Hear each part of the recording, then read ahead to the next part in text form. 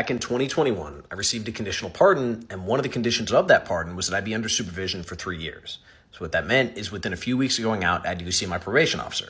So I had to drive all the way down to Lynchburg, which was the opposite way of where I lived and the opposite way of where I was working. I had to meet with my PO. He asked me a bunch of questions. He gave me a drug test, and he basically said, okay, you can't leave this area.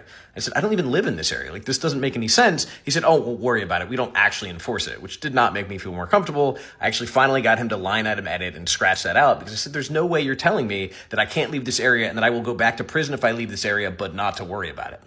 Then I eventually transferred my probation into the city. So I was living in Charlottesville and I had a PO there, and she was great. I mean, she was absolutely wonderful. She was really honest. She was really upfront. She was like, I don't really see you as a threat or a problem, but I had to come in once a month. I had to talk to her. I had to do a piss test. I had to do all the normal things.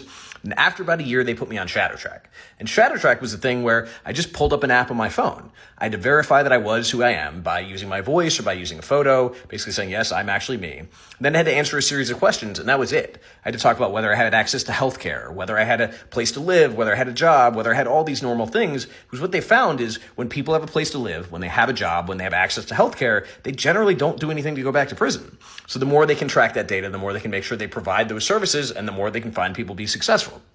But I had to answer those questions for the next 2 years. And it was weird because I would answer them in a hotel room in Chicago or in Virginia or at some friend's house up in the mountains, wherever I was. But that was it. Because what they determined, there was this National Institute of Justice study that said, hey, some people need like intense supervision. They need somebody to come to their house and check on them and do whatever. But when people don't need that, having somebody show up at your house and be really hard on you and be strict actually causes them to mess up more often. So for those people who are not at high risk, it's better to just put them on an app and know they're not going to come back.